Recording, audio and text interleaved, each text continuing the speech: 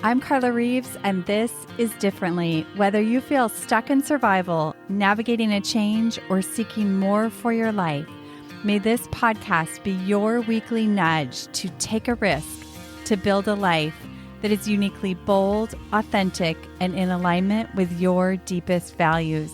After a decade of coaching individuals from corporate leaders to creative artists to multi-million-dollar CEOs, I'm convinced we are far closer than we realize to what we deeply desire, and it's a willingness to do differently that can change everything. Hey, Differently listener, welcome back. And if you're new to the podcast, welcome. We're so glad that you're here. Last week, I shared a story from my life that forever changed my outlook on marriage and love. And out of that emerged a blueprint for moments in life where you come to that fork in the road where you fall into either staying in the status quo, going through the motions, or you have a choice to step out maybe again for the sake of a bigger dream in your heart. Today, I'm going to share that blueprint with you. If you haven't listened to last week, hit pause here and take 6 minutes and go have a listen. This will make today's episode make a lot more sense. It's called The Bliss Monster Doesn't Exist. So here's a quick recap on that story from last week. This is what happened. I was married at 23 and divorced at 28. No children, thankfully. I never imagined myself here, and this turned out to be a really important pivot point in my life. I had dreamed of getting married and having a family from the time I was a little girl, but here I was, divorced. This wasn't part of the plan, and all of my confidence, excitement for this time in my life was replaced with hesitancy, doubt, and fear. What if I failed again? Life happened, and the thing that I once dreamed of and couldn't wait for, I was now afraid of. My vision got cloudy. Things didn't go as I had planned. This can make us feel like it's no longer possible. We can shrink. I did. Until something stirred inside of me to rethink what's possible. And that led to a journey beyond my wildest dreams. This is what happens. Life happens, and we decide things. We create rules and ideas and lenses that we look through that shade the way we see the world, relationships, and on and on. We create rules and structures and ways of thinking to try and avoid or safeguard against failure, sadness, heartbreak, whatever it might be. But what actually happens is we end up building barriers that push away what we most want. In this pivot moment in my life, there was a pattern of thinking that showed up and guided me to a new place that I am forever grateful for. And it allowed for a different and new outcome in my marriage in this case, one that I'm still writing about and sharing with you about 23 years later. And this thinking pattern became a blueprint in my own life that helps me in those choice points to tap into the innate abilities I have within to influence and shape the future outcomes in my life so they're not defined by the past.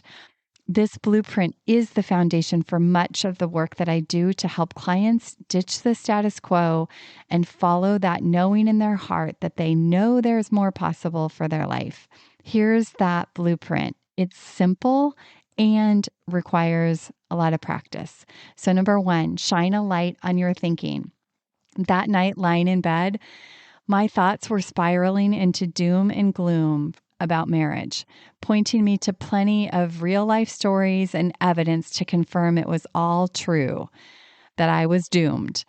It was so convincing. I felt powerless until a new thought emerged. And this is so important because this is the part that we can take part in this process of inventing, trying on, experimenting with new thoughts that bring light and possibility and mobility into our world. Number 2, question and challenge your own thinking. You've heard me say it before, don't believe everything you think. These old thought patterns of doubt were made up of the past failures, things I believed about myself because of missteps or things that had gone awry. There was a lot of fear. I was afraid I wasn't capable. And this darkness can pull you down. Get out a flashlight, my friend, and find a glimmer of light anywhere. This glimmer of light in my story started with, what if? What if the bliss monster didn't exist? What if it was up to us to keep the magic in our marriage alive? What if we could do something different? Try this. What are the what if questions that could shed a new spark of light on your situation? Take a pause here, grab a pen and paper, and make a list. Number 3, step out of survival, meaning that those outdated behaviors that maybe got you here, but are not going to get you there. This is where I could have stayed, opted into this old belief that you get married and live happily ever after, or I could have opted into what I saw many people falling into was that marriage just, loses its magic over time. Or I could create a new vision where we had influence and power to shape the quality of our marriage. For you, what's that old idea or belief or set of beliefs that has kept you stuck? And what's a new one that sparks a fire inside? Number 4, know your ideal outcome. For me, it was a healthy, thriving, lasting marriage. What's your ideal outcome? You might look to the list you made earlier or the last question to find some clues. Number 5, do differently. New thinking creates new options and possibilities for action.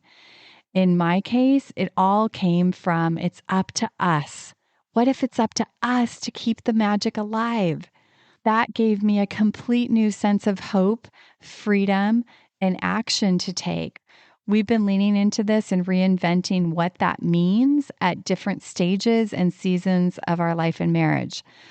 What is that for you? What does do differently look like when you think of your new what if question that sparked a fire inside you? Number 6, align your actions to your outcome. Consistent aligned actions over time build something you never thought possible. I've seen it in our marriage and I see it with my private coaching clients week after week. And number 7 is just repeat. You can rinse and repeat and apply this again and again and again. That's it. Simple, yes, takes practice, 100%. This blueprint lives behind all of the work I do with clients to help them ditch the status quo and build a life that truly feels like their own. And guess what? For the first time ever, thanks to Melissa Goodwin of Goodwin Copy, you can find her at melissagoodwincopy.com, and I highly recommend checking her out. I'm very close to being able to share the newly updated coaching program that I have been leading for years. A big heartfelt thanks to Melissa, because it is her ability to bring things to life through words that is going to give you a really good peek inside the program for the very first time to see if it's something for you. More coming soon on that. Until then, thanks for hanging out with me today. Thanks for being someone who wants to keep stretching and growing and squeeze the juice out of this beautiful gift called life. Hey, thanks for tuning into this episode of Differently. I hope it stirred your thinking, and I invite you to take one inspired action from something that stood out to you. If you want to hear more conversations like this, be sure to hit follow on your favorite podcast app. And if this episode could impact someone you know, please help us spread the word and pass it along. Remember, new episodes drop weekly. See you next week.